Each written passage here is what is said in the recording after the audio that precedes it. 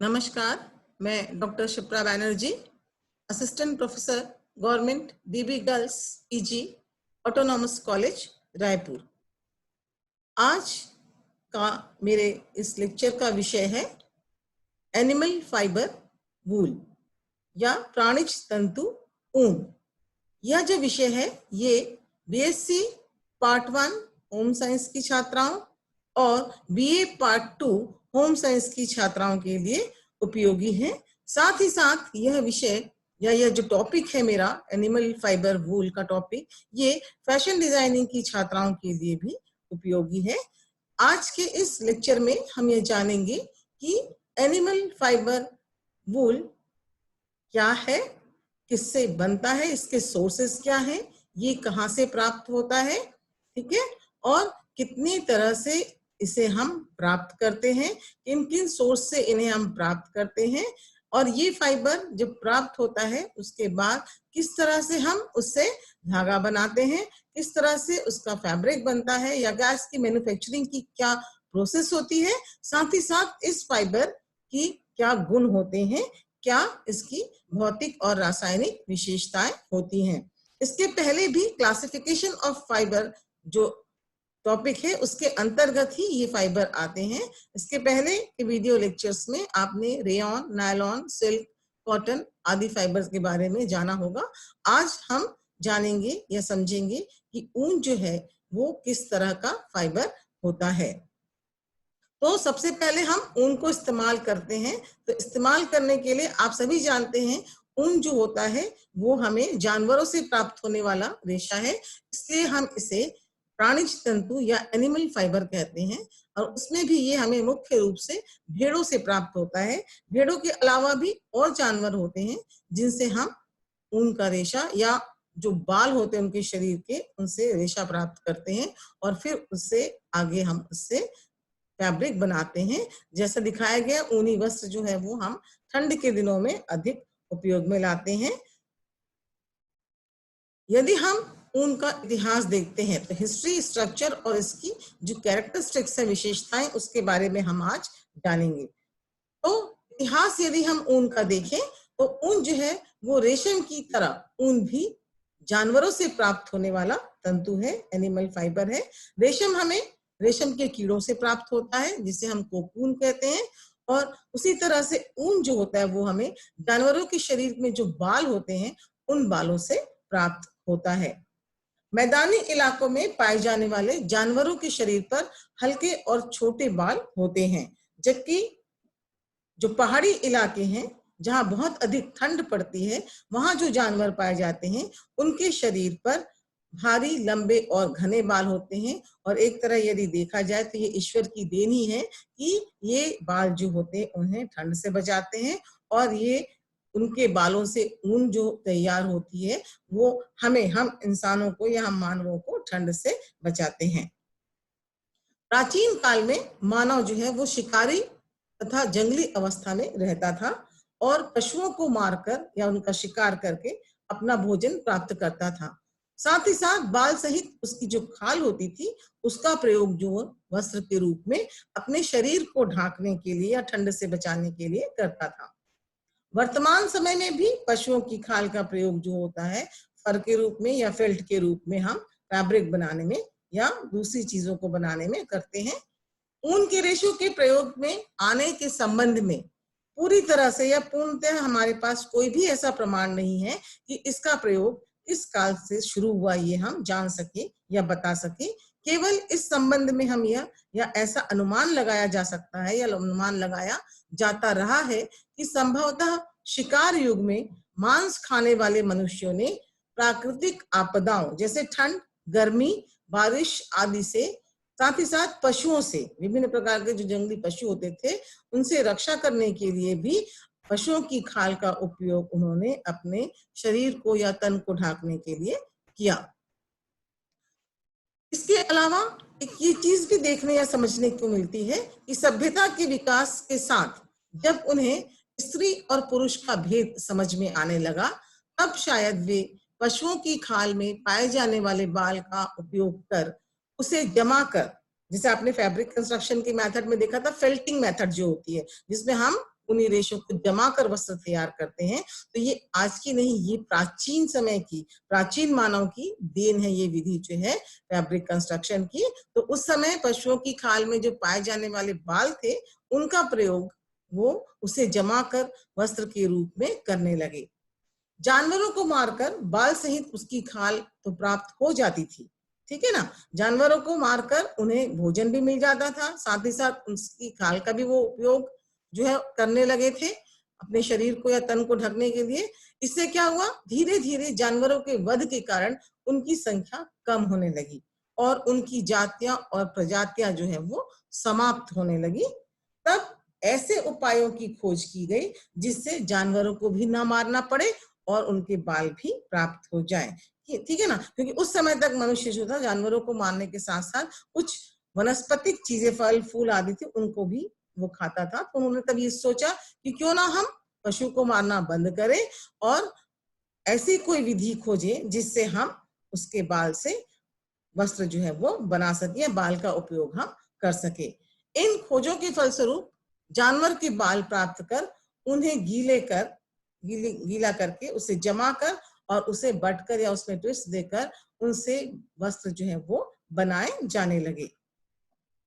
इस प्रकार वस्त्र बनाने की एक कला का प्रारंभ जो है वो इंग्लैंड में हुआ। उस समय इंग्लैंड अपने ऊनी वस्त्रों के लिए संपूर्ण विश्व में प्रसिद्ध था। 13वीं शताब्दी में सबसे अच्छी किस्म का ऊन जो था, जिसे मेरिनो ऊन कहा जाता है, वो स्पेन में तैयार किया गया। भारत में ऊनी वस्त्रों का प्रयोग प्राचीन काल से किया जा रहा है, ऐसा जो है वो हमें इतिहास में देखने से मिलता है। प्राचीन काल से ही भारत में कश्मीरी जो बकरी थी के कोमल चिकने बालों से पश्मीना शॉल बनाया जाता था और ये शॉल जो है संसार के आश्चर्यों में से एक आश्चर्य रहा है। महाभारत में भी इन शॉल दुशालाओं का वर्णन जो है वो देखने और सुनने या पढ़ने को हमें अभी मिलता है। मुगल काल में ऊन उद्योग अत्यधिक विकसित हुई या उसका विकास हुआ। मुगल राजा जो थे इन शॉलों का उपयोग जब वो किसी से मिलते थे तो एक दूसरे को उपहार स्वरूप लेने देने के लिए किया करते थे। अंग्रेजों के शासन में इस कला का ह्रास हुआ, मतलब अंग्रेजों का जब शासन आया तो ये कला जो है काफी नीचे गिर गई, उनका ह्रास हुआ। और फिर स्वतंत्रता के बाद पुनः इस कला की ओर ध्यान दिया गया और इसे विकसित किया गया या इसके विकास पर खास ध्यान दिया गया। वर्तमान समय में भारत में मैसूर व कश्मीर जो है अपने उत्तम ऊनी वस्त्रों के लिए प्रसिद्ध है। कश्मीर के पश्मीना शॉल, नमदा, कोट, फिरन, गामा और गर्म चादरें जो हैं वो आज भी उसकी विश्व में बहुत अधिक मांग है। ऊन का उत्पादन भारत के अतिरिक्त, या भारत तो उसका उत्पादन करता ही है, उसके साथ साथ या उसके अतिरिक्त ऑस्ट्रेलिया, अर्जेंटीना, ब्रिटेन, न्यूजीलैंड और अमेरिका भी ऊन के उत्पादन में अपना महत्वपूर्ण स्थान रखते हैं। अब हम देखते हैं कि ऊन का उद्गम जो है वो कहाँ से हुआ या इसके स्रोत क्या है, इसके सोर्स क्या है, कहाँ से हमें ऊन जो है वो प्राप्त होती है। तो ऊन मुख्य रूप से भेड़ों से प्राप्त होती है। इनकी असंख्य जातियां पूरे विश्व में पाई जाती हैं। भेड़ों के अलावा कुछ खास जातियों के पशु भी होते हैं, जैसे बकरी है, ऊंट है, खरगोश है, अल्पाका, लामा, इन सब से भी ऊन की प्राप्ति होती है। विश्व में अधिकांश ऊनी वस्त्र भेड़ के बालों से ही बनाए जाते हैं। जीवित भेड़ के शरीर से प्राप्त ऊन जो होती है वो काफी अच्छी किस्म की होती है। ऐसा माना जाता है कि जीवित भेड़ के शरीर से प्राप्त ऊन अच्छे किस्म की होती है और एक ही भेड़ के शरीर से, आपको विश्वास नहीं होगा, एक ही भेड़ के शरीर के अलग अलग हिस्सों से लगभग 14 प्रकार की जो ऊन की किस्में होती हैं वो हमें प्राप्त होती हैं। देखिए इस स्लाइड में आपको एक भेड़ का चित्र दिखाया गया है जिसमें 1 to 14 इसमें नंबर जो है वो मार्क किए गए हुए दर्शाए गए हैं, जिसमें सबसे पहले नंबर पे जो होती है उसके पीठ की ऊपर की जो ऊन है वो दिखाया गया है। तो साइड में उसके पेट के पास से नीचे साइड में वो है, उसके बाद तीसरा, चौथा पीछे के हिस्से से, पांचवा छठवा से ना सिर के पास से या गर्दन से उसको जो ऊन मिलती है वो 12वें 13वें किस्म की होती है। इस तरह से एक ही भेड़ के शरीर के अलग अलग हिस्सों से हमें 14 प्रकार की अलग अलग किस्म की ऊन जो है वो प्राप्त होती है।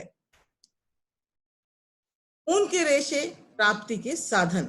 ऊन की रेशे जैसे हम अभी देख रहे थे, यहाँ भी हमने बात की कि ऊन के रेशे भेड़ से तो प्राप्त होती ही हैं, उनके साथ साथ हमें ये अन्य पशु जो होते हैं जैसे बकरी, ऊंट, खरगोश, अल्पाका, लामा, इनसे भी ऊन की प्राप्ति होती है। जैसे कश्मीरी बकरी जो होती है, इससे उच्च कोटि का ऊन प्राप्त होता है। साथ ही साथ अंगोरा बकरी भी इसी श्रेणी में आती है, इससे भी हमें अच्छे किस्म का ऊन जो है या उत्तम किस्म का ऊन प्राप्त होता है। अंगोरा खरगोश, इससे प्राप्त जो रेशे होते हैं ऊन के वो बहुत अधिक मुलायम होते हैं, इसे बेबी ऊन भी कहते हैं, और इस ऊन से खासकर बच्चों के लिए वस्त्र जो है ऊनी वस्त्र बनाए जाते हैं। अल्पाका ये भी एक पशु है और इस जानवर से प्राप्त रेशे का प्रयोग जो होता है उसमें पाइल वीव, पाइल बुनाई जो है उसका बहुत अधिक उपयोग किया जाता है। इस उपयोग से इससे फैब्रिक बनाए जाते हैं, वस्त्र बनाए जाते हैं।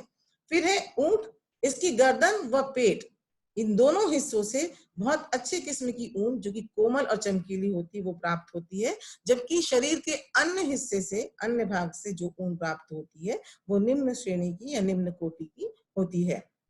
लामा, इसके बालों की ऊपरी परत घनी होती है और भारी होती है, जबकि नीचे की परत जो होती है वो बहुत कोमल और मुलायम होती है। इनसे प्राप्त जो रेशे होते हैं उनका रंग हल्का सा धुंधला जो है वो होता है। ऊन प्राप्ति के स्रोत देखिए, यहाँ पे वूल फाइबर है बीच में, और से किससे किससे हमें ये ऊन का रेशा मिल रहा है वो दिखाया गया है। शिप है, ऊपर भेड़, अल्पाका, कैमल ऊंट है, गोट है, याक है, ये ऐसे पशु हैं जिनके बाल से हम ऊन का रेशा प्राप्त करते हैं। ऊन का वर्गीकरण, अब हम देखिए क्लासिफिकेशन ऑफ वूल।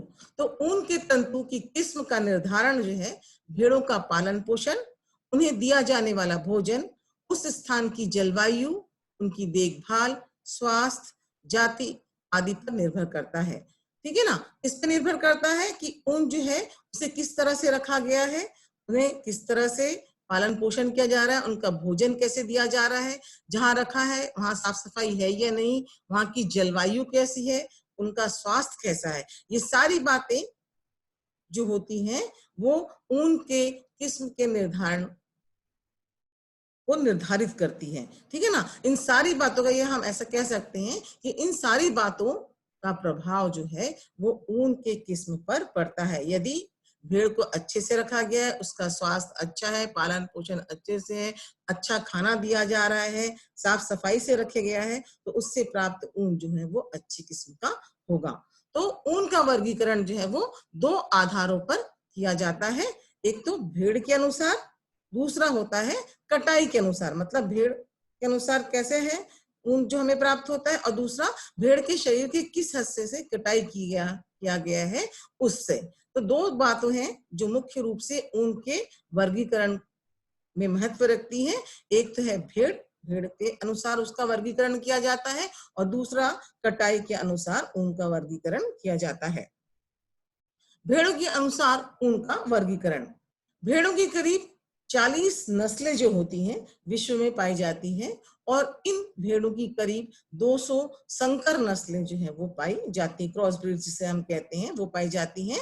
ऊन पैदा करने वाली भेड़ों को 4 भागों में बांटा जाता है। ऐसी भेड़ें जो ऊन का प्रोडक्शन करती हैं या जिनसे हम ऊन प्राप्त करते हैं, उनको 4 भागों में बांटा गया है।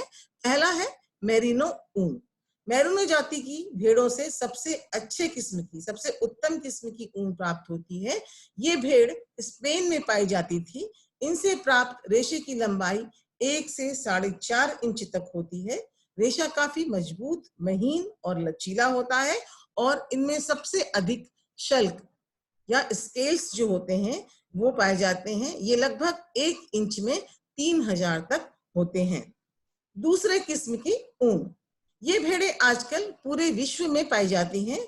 यह ऊन मेरिनो ऊन की तरह उत्तम तो नहीं होती, लेकिन फिर भी काफी अच्छे किस्म की होती है, और इसकी लंबाई 2 से 8 इंच होती है।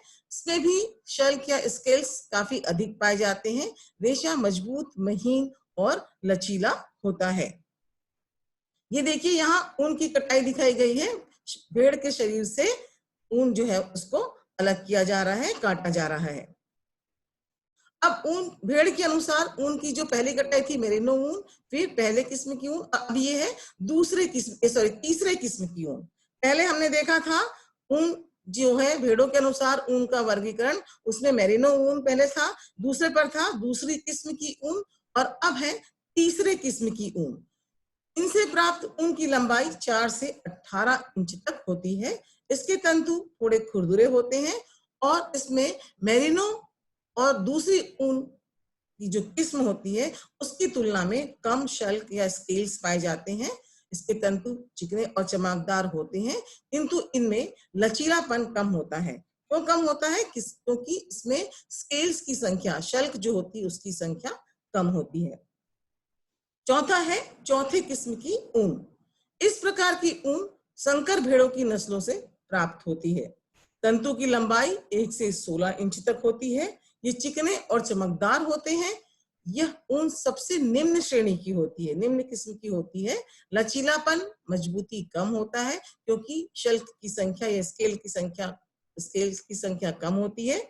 और इसका उपयोग जो होता है दरी, गलीचे और लो किस्म के या निम्न श्रेणी के जो वस्त्र होते हैं उनको बनाने में किया जाता है।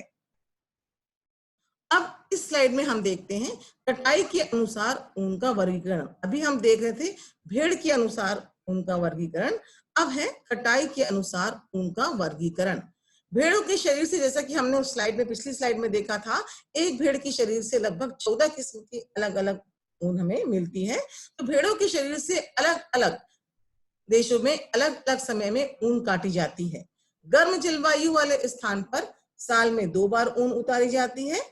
कटाई के आधार पर वर्गीकरण निम्नानुसार है या इस प्रकार से है। पहला है मेमनों से प्राप्त ऊन। मेमने मतलब जो भेड़ के छोटे बच्चे होते हैं, लैम्स वूल जिसे हम कहते हैं, मेमनों से प्राप्त ऊन।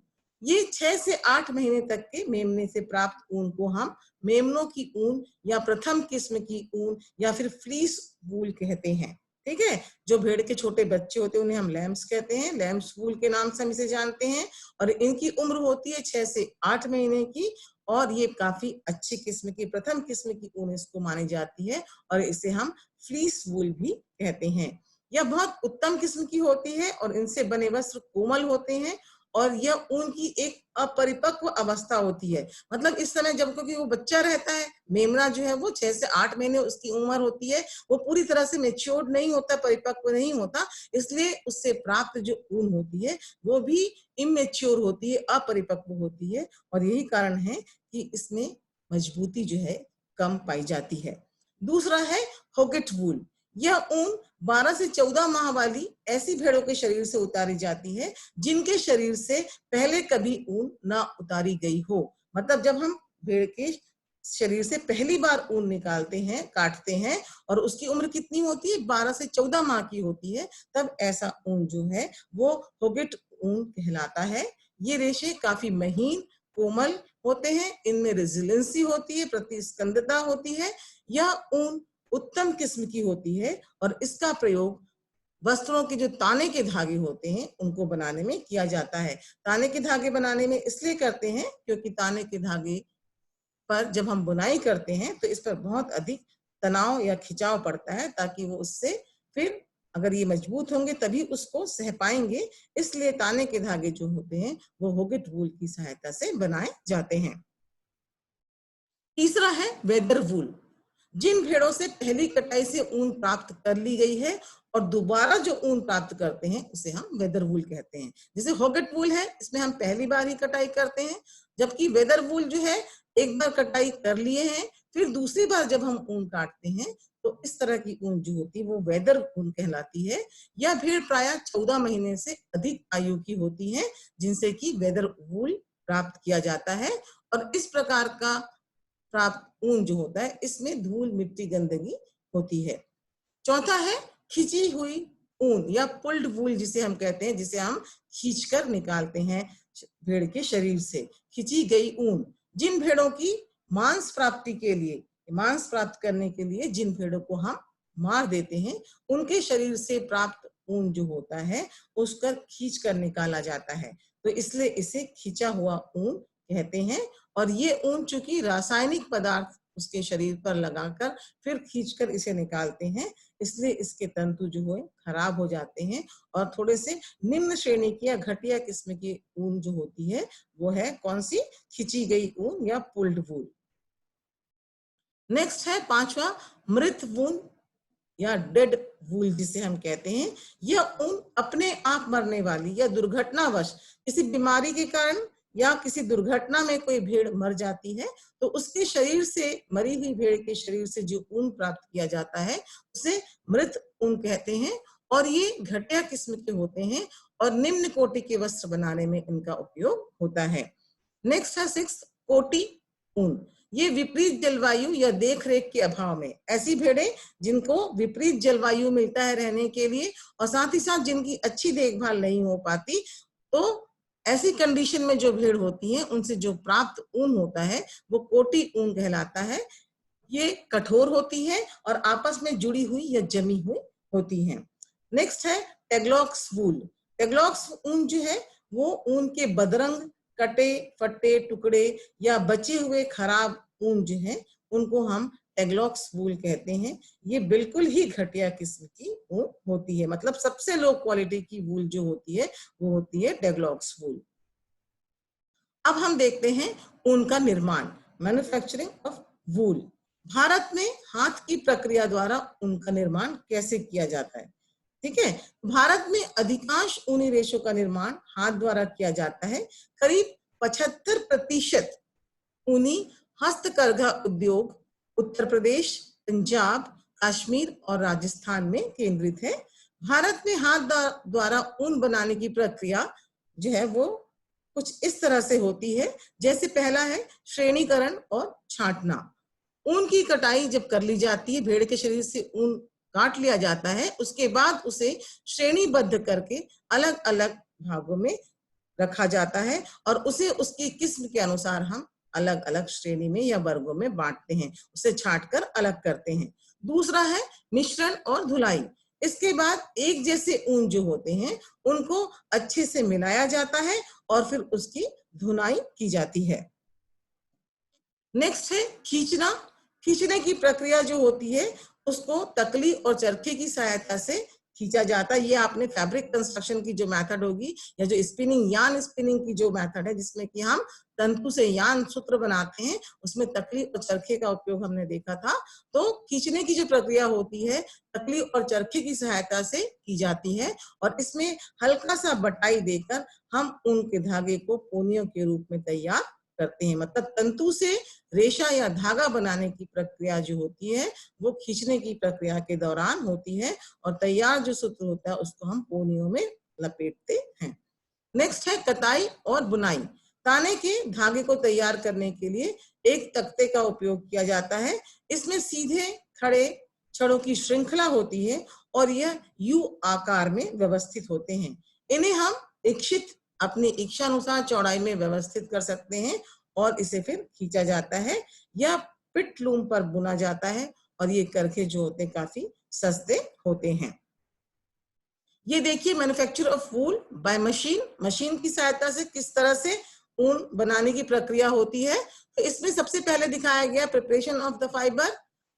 राइट साइड पे आप देखिए, लेफ्ट साइड पे सबसे पहले हम देखते हैं, इसमें सबसे पहले दिखा है शॉर्टिंग एंड ग्रेडिंग, मतलब उसको हमने छांटा, उसको ग्रेड दे दिया, उसको श्रेणी में बांट के अलग किया।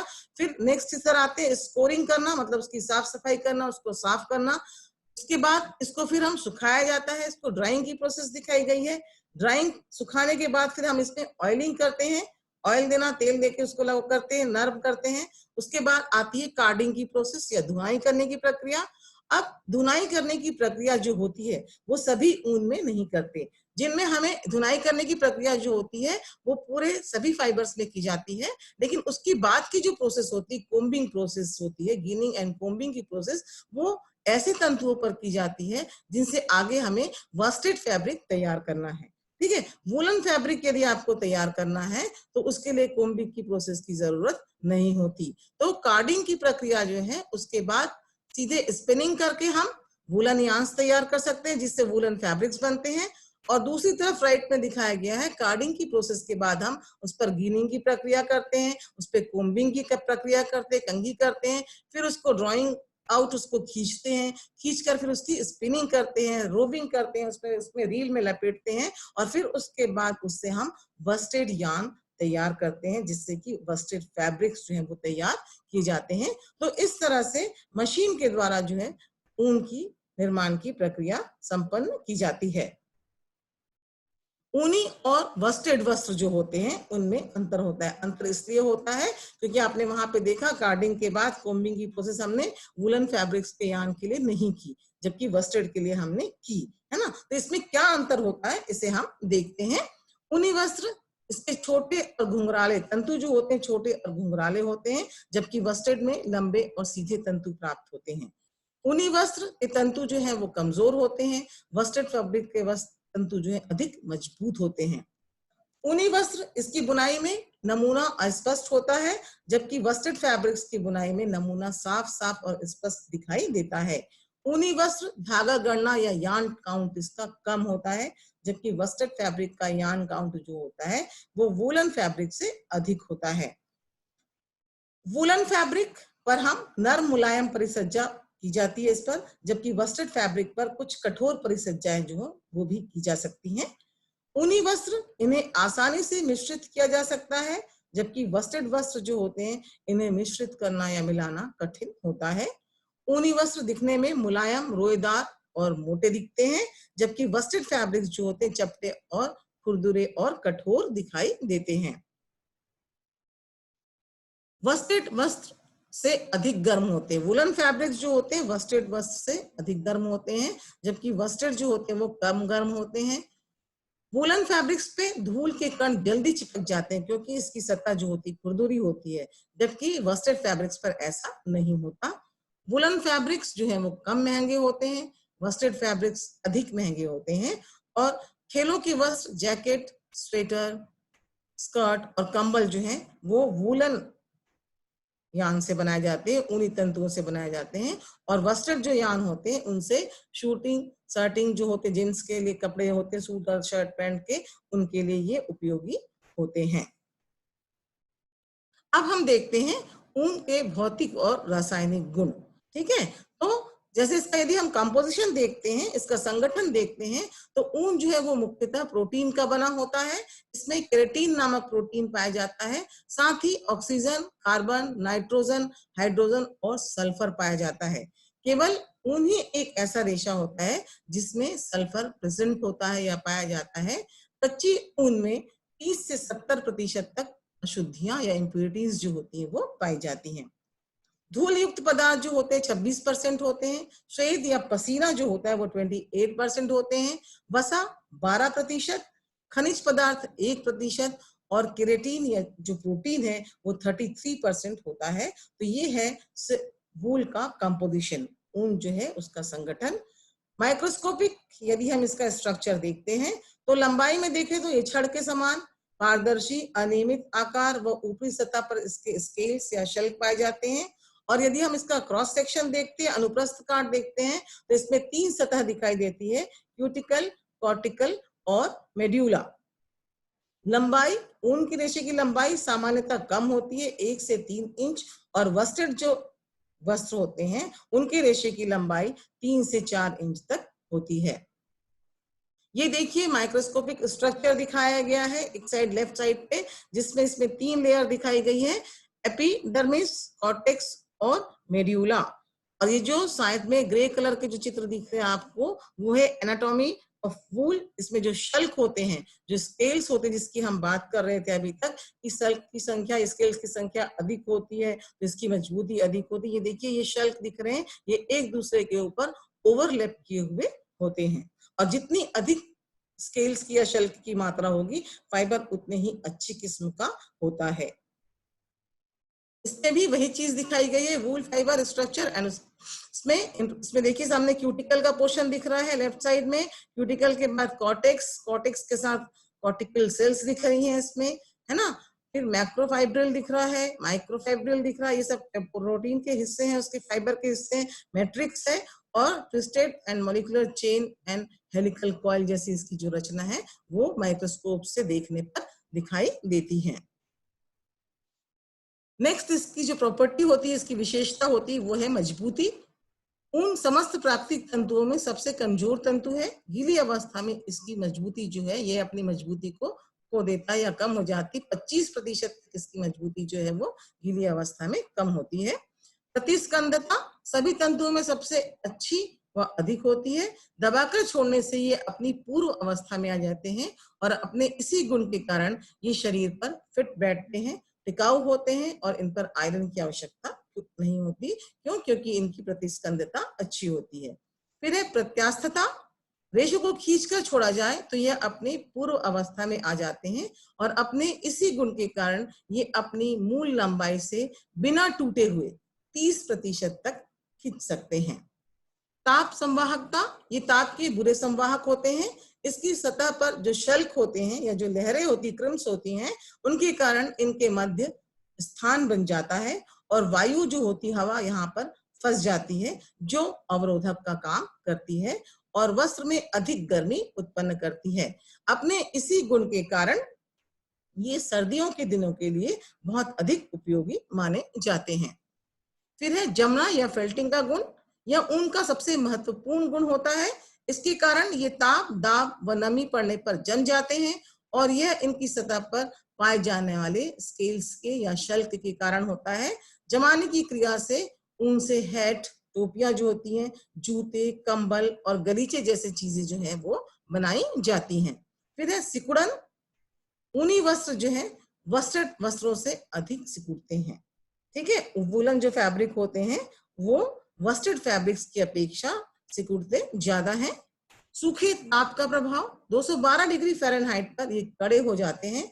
ऊनी वस्त्रों पर हमेशा पतला कपड़ा रखकर आयरन करना चाहिए, अन्यथा इनके रेशों को नुकसान पहुंचता है। सिलवट प्रतिरोधकता, प्रत्यास्थता और प्रतिस्कंदता दोनों गुण इसके बहुत अच्छे होते हैं, इसलिए इनमें सिलवटें या क्रीज जो होती वो नहीं पड़ती। पानी को जल्दी सोखने का गुण होता है और देर से सूखते हैं। पानी को ये बहुत जल्दी एब्जॉर्ब कर लेते हैं, देर से सूखते हैं और वातावरण से 30% तक की नमी को ये सोख सकते हैं। गीले अवस्था में होने पर ये बाहर से गीले दिखाई नहीं देते क्योंकि पानी को ये बहुत अच्छी तरह से सोख लेते हैं या एब्जॉर्ब कर लेते हैं। गीली अवस्था में ये अपनी शक्ति खो देते हैं, कमजोर हो जाते हैं। ऐसी अवस्था में यदि हम इस पर रगड़ का प्रभाव देखें या इसे रगड़ते हैं तो इस पर इसका हानिकारक प्रभाव पड़ता है। ऊन को यदि लंबे समय तक धूप में रखा जाए तो ये कमजोर हो जाते हैं। वैसे तो ऊन पर फफूंद नहीं लगती, लेकिन यदि गीली अवस्था में हम इसे छोड़ दें या कुछ नमी जो है इस पे रह जाए तो फफूंद जो है वो इस पर लग सकती है। ऊनी वस्त्रों में कीड़े जो हैं बहुत जल्दी लगते हैं, अतः इन्हें सावधानी पूर्वक धूप दिखाकर नेपथलीन की गोलियां वगैरह डालकर स्टोर करना चाहिए, नहीं तो इसमें कीड़े जो है वो बहुत जल्दी लगते हैं। गर्म सल्फ्यूरिक अम्ल, कॉन्सेंट्रेट जो सल्फ्यूरिक एसिड है से ऊन को हानि पहुंचती है, जबकि अन्य किसी अम्ल का इस पर कोई प्रभाव नहीं पड़ता। अल्कली का प्रभाव यदि हम देखें, क्षार का प्रभाव, तो क्षार इस पर हानिकारक प्रभाव डालते हैं। ऊन जो होती है वो पीली और कड़ी हो जाती है और जम जाती है। ठीक है, तो सांद्र वो गर्म अल्कली में ऊनी रेशा जो है पूरी तरह से डिसॉल्व हो जाता है, घुल जाता है। हल्के और मृदु सॉफ्ट जो अल्कली होते हैं उनका प्रयोग हम ऊन पर कर सकते हैं, लेकिन यदि कॉन्सेंट्रेट अल्कली है तो ये ऊन को पीली कर देती है, उसे कड़ी कर देती है, उसे जमा देती है और बहुत अधिक यदि कॉन्सेंट्रेट है तो ऊन का रेशा जो होता है इस क्षार में या इस अल्कली में गल जाता है या घुल जाता है। तीव्र घरेलू जो ब्लीच होते हैं, जो जैसे सोडियम हाइपोक्लोराइड, क्लोरीन युक्त ब्लीच जो है, इससे ऊन को नुकसान पहुंचता है। इन पर हाइड्रोजन पेरोक्साइड, पोटेशियम परमैंगनेट या सोडियम परबोरेट जैसे ब्लीच का उपयोग किया जा सकता है। रंगों के प्रति इनमें अच्छी सादृश्यता होती है और इन्हें क्रोम जो डाइज होते हैं उनसे आसानी से बहुत अच्छी तरीके से रंगा जा सकता है, क्योंकि ये रंग काफी पक्के होते हैं और एक समान पूरे वस्त्र पर चढ़ते हैं। अम्लीय रंग जो होते हैं वो भी ऊन पर बहुत आसानी से चढ़ जाते हैं। अतः इस प्रकार यदि हम देखें तो क्रोम डाइज और एसिड डाइज का प्रयोग जो है वो हम वूलन फैब्रिक्स पर कर सकते हैं। ये इसमें स्लाइड में दिखाया गया है। इसमें कुछ आपको सजेशन दिया गया है, जैसे never hang wool for drawing and never hang wool for drawing and storing dry wool in direct sunlight. मतलब ऊन या ऊनी वस्त्र जो होते हैं उनको आप हैंग वूल फॉर ड्राइंग मतलब ऊन को सुखाने के लिए, है ना, और उसको स्टोर करने के लिए कभी भी हमें उसे लटकाकर नहीं करना चाहिए। यदि आप ऊनी वस्त्रों को धोते भी हैं तो उसको हम एक पलंग पर बाहर उस पे, ऐसा कहा जाता है कि धोने से पहले वुलन फैब्रिक का एक पेपर पर स्केच या रेखा चित्र आउटलाइन बना लेना चाहिए और जब धोते हैं तो उसी आउटलाइन पर एक पलंग पर उस पेपर को रखकर उसके ऊपर ही वुलन फैब्रिक को सुखाना चाहिए, जिससे इसका शेप नहीं बिगड़ता, उसका आकार जो नहीं बिगड़ता। यदि आप उसको लटका कर सुखाएंगे तो इधर उधर से वो लटक जाती है। इसी तरह से इसको स्टोर भी यदि करना है तो उसको आप हम फोल्ड करके उस पर नेफ्थलीन की गोली वगैरह डालकर फिर उसको हम फोल्ड करके नीचे उस पे कबर्ड पे रखते हैं, है ना। और इसको यदि ड्राई उसमें हमको करना है, सुखाना है, तो डायरेक्ट सनलाइट में सुखाना तो चाहिए ही चाहिए, लेकिन बहुत लंबे समय तक नहीं चाहिए, है ना। तो ऊन को यदि हम लंबे समय तक धूप में रखते हैं तो इसके रेशे जो होते हैं, फाइबर जो होते हैं, वो कमजोर पड़ जाते हैं। कम समय के लिए रखिए और जैसे ही ये सूख जाता है इसे वहां से हटा लीजिए। इस तरह से आज की इस लेक्चर में हमने देखा कि ऊन जो है वो एक एनिमल फाइबर है, जो कि हमें विभिन्न प्रकार के जो जानवर होते हैं, भेड़ के अलावा ऊंट, बकरी, ठीक है, खरगोश हो गया, अल्पाका हो गया, लामा हो गया, इनसे हमें, इनके बालों से हमें ऊन प्राप्त होता है और उनकी कटाई के अनुसार और भेड़ों के अनुसार ये अलग अलग प्रकार के होते हैं और इनसे हम ऊनी वस्त्र और वस्टेड वस्त्र तैयार कर सकते हैं। और इनकी जो विशेषता होती है, इनके जो भौतिक और रासायनिक गुण होते हैं, उसमें एक ये चीज हमने देखी बाकी अन्य रेशों से कि ऊन ही एक ऐसा रेशा होता है जिसमें कि सल्फर पाया जाता है, ठीक है ना, सल्फर पाया जाता है। और ऊन जो है चूंकि प्रोटीन फाइबर है इसलिए अल्कली का इस पर नुकसान होता है। अल्कली जो होते हैं इसको, क्षार जो है इसको नुकसान पहुंचाते हैं और एसिड या इससे रिलेटेड जो भी सोप होंगे, जैसे साबुन जिसमें अम्ल है या जो हमको ब्लीच यूज करना है, जैसे इनका उपयोग, अम्ल का उपयोग, हल्के अम्ल का उपयोग हम इस पे कर सकते हैं। तो इस तरह से ये ऊन फाइबर था, एक बहुत इंपॉर्टेंट फाइबर है जिसका उपयोग हम ठंड के दिनों में ठंड से बचने के लिए वुलन फैब्रिक्स के रूप में या सूट और शूटिंग शर्टिंग के फैब्रिक्स में जींस जो है इसके वस्टेड वुलन फैब्रिक्स का उपयोग करते हैं। तो आज की ये जानकारी कैसी लगी आपको, ये मुझे आप जरूर बताइएगा और यदि आपको कुछ जानना है तो आप मुझसे संपर्क कर सकते हैं। नमस्कार, धन्यवाद।